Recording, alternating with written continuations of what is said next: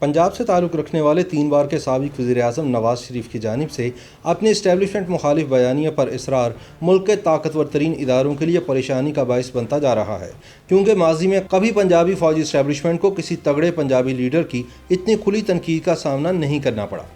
20 ستمبر کو اسلام آباد کی آل پارٹیز کانفرنس میں اسٹیبلشمنٹ کو ملک کے تمام مسائل کی جڑ قرار دینے کے بعد 24 ستمبر کو نواز شریف نے ایک اور قدم آگے بڑھاتے ہوئے اپنی جماعت کے تمام رہنماؤں کو ہدایت کی ہے کہ وہ کسی بھی صورت میں کسی فوجی یا اس کی ایجنسی کے نمائندے سے نہیں ملیں گے۔ انہوں نے کہا کہ فوج کو بھی اپنے حلف کی پاسداری کرتے ہوئے سیاست سے دوری اختیار کرنا ہوگی۔ سیاسی تجزیہ کاروں کا کہنا ہے کہ ماضی میں پاکستان میں اینٹی اسٹیبلشمنٹ تحریکیں بلوچستان، خیبر پختونخوا اور سندھ میں چلتی رہی ہیں، لیکن ملک پر 73 برسوں سے حاکم صوبہ پنجاب سے کبھی اس طرح کی اسٹیبلشمنٹ مخالف آوازیں نہیں اٹھی تھی جس طرح کی اب اٹھ رہی ہیں، اور وہ بھی ایک پنجابی لیڈر کی جانب سے۔ فوجی اسٹیبلشمنٹ کے لیے سب سے زیادہ پریشانی کی بات یہ ہے کہ پنجاب نون لیگ کا بھی قلعہ ہے اور اسٹیبلشمنٹ کا بھی۔ سینئر تجزیہ کار عمار مسعود کے مطابق مفاہمت بازی کے قصے اب پارینہ ہو چکے، اور پنجاب کے نواز شریف کی آواز کا اٹھنا پاکستان کی سیاسی تاریخ کا ایک بہت بڑا واقعہ ہے۔ ان کا کہنا ہے کہ پنجاب کے عوام نے خصوصاً نواز شریف کے ووٹ کو عزت دو کے بیانیے کی پذیرائی کی ہے، جو کہ فوجی اسٹیبلشمنٹ سے ٹکر لینے کا بیانیہ ہے۔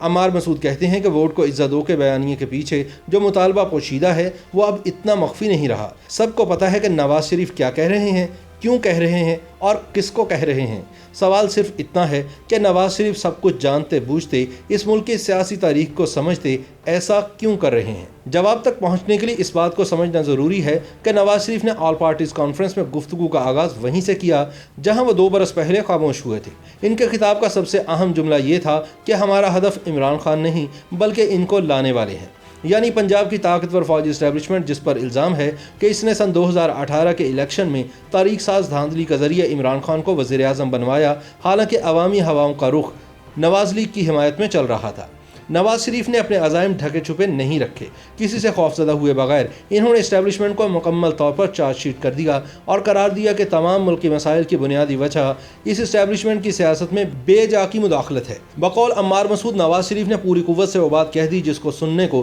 بہت سے لوگ شدت سے منتظر تھے۔ نواز شریف کی تقریر کے جواب میں وزیر اعظم سمیت وفاقی وزراء نے ان کو ایک مرتبہ پھر غدار کے خطاب سے نواز دیا، جو کہ اب پاکستانیوں کی ڈکشنری میں ایک الزام سے زیادہ اعزاز کی حیثیت اختیار کرتا جا رہا ہے۔ تاہم 3 روز بعد ہی 24 ستمبر کے روز میاں صاحب نے ایک اور قدم آگے بڑھتے ہوئے ٹویٹر پر یہ ہدایات جاری کر دیں کہ ان کے جماعت کا کوئی رکن آئندہ انفرادی، جماعتی یا ذاتی سطح پر فوجی اور متعلقہ ایجنسیوں کے نمائندوں سے ملاقات نہیں کرے گا۔ سابق وزیر اعظم کا کہنا تھا کہ حالیہ واقعات سے ایک بار پھر یہ ثابت ہوتا ہے کہ کس طرح بعض ملاقاتیں 7 پردوں میں چھپی رہتی ہیں اور کس طرح بعض کی تشہیر کر کے مرضی کے معنی پہنائے جاتے ہیں۔ یہ کھیل اب بند ہو جانا چاہیے۔ یاد رہے کہ 23 ستمبر کی رات فوج کے ترجمان میجر جنرل بابر افتخار نے دعویٰ کیا تھا کہ مسلم لیگ نون کے رہنما اور سندھ کے سابق گورنر محمد زبیر نے بری افواج کے سربراہ جنرل قمر جاوید باجوہ سے اپنی جماعت کے قائد نواز شریف اور ان کی بیٹی مسلم لیگ نواز کی نائب صدر مریم نواز کے حوالے سے 2 ملاقاتیں کی تھیں۔ بعد ازاں محمد زبیر نے آرمی چیف کے ساتھ ہونے والی اپنی ملاقاتوں کی تصدیق کی تھی، مگر یہ دعویٰ کیا تھا کہ ان ملاقاتوں کا مقصد نواز شریف یا مریم نواز کے لیے کسی ریلیف کے بارے میں بات کرنا نہیں تھا، اور نہ ہی وہ جنرل باجوہ سے نواز شریف کے نمائندے کے طور پر ملے تھے۔ تجزیہ کاروں کا خیال ہے کہ یہ خبر بریک کر کے نون لیگ کی قیادت کو مزید گندا کرنے اور اپوزیشن کی صفوں میں دراڑیں ڈالنے کی کوشش کی گئی، جس نے کہ ایک کامیاب آل پارٹیز کانفرنس کا انعقاد کر کے عمران خان سے استعفیٰ مانگ رکھا ہے۔ تاہم دوسری طرف یہ بھی سچ ہے کہ آرمی چیف کی زبیر سے ملاقات نے فوجی سربراہ کے اپنے ہی اس دعوے کی نفی کر دی کہ فوج سیاست سے دور رہنا چاہتی ہے، اس لیے اپوزیشن قیادت اسے سیاست میں گھسیٹنے کی کوشش نہ کرے۔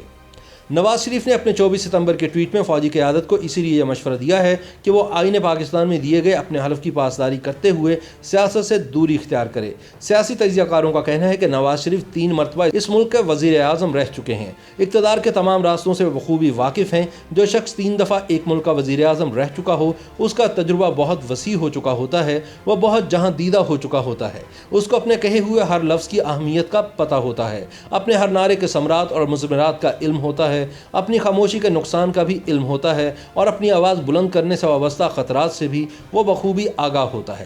اب سوال یہ پیدا ہوتا ہے کہ نواز شریف اسٹیبلشمنٹ کی قوت کو جانتے ہوئے بھی